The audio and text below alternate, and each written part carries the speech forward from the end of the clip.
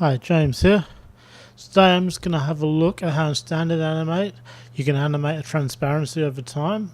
Now I've been requested this a lot. It's just going to be a quick simple tip on how to do it, and hopefully you can apply this to the other effects because the process is very similar for all the effects.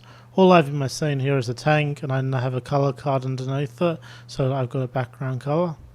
First thing is you want to extend the transparency by clicking on the last frame, pressing F5, and now the tank is available for all the frames.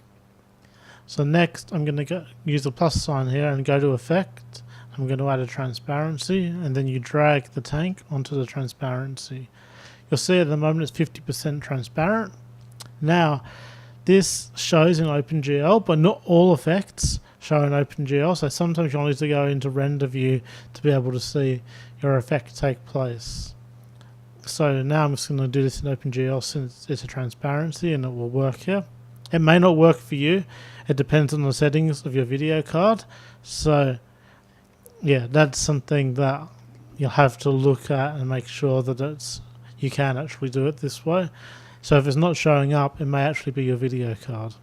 So the first thing I'm going to do, I'm going to make it 0% transparent, and we're just going to fade it all the way out. So go to the last frame.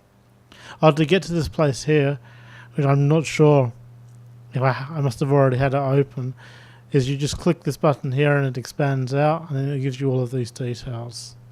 So I'm going to go to my last frame, and I'm going to make it 100% transparent with the animate button on, as you can see, and now fades out over the 60 frames.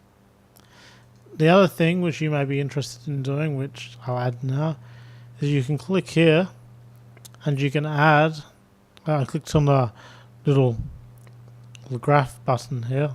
It's not a graph, it's like a curve. And then you can add, by clicking on a point, you can then add eases, and you can play around with this and see the sort of things that you can do. But yeah, you can change the way your curve works, and now you'll see if you do it, it'll play much differently than how it was before. You can see the way that went was that it went up fast and then it plateaued off and then finished quickly. So anyway, that's how you do a transparency and standard animate, and hopefully you can add all your other effects the same way.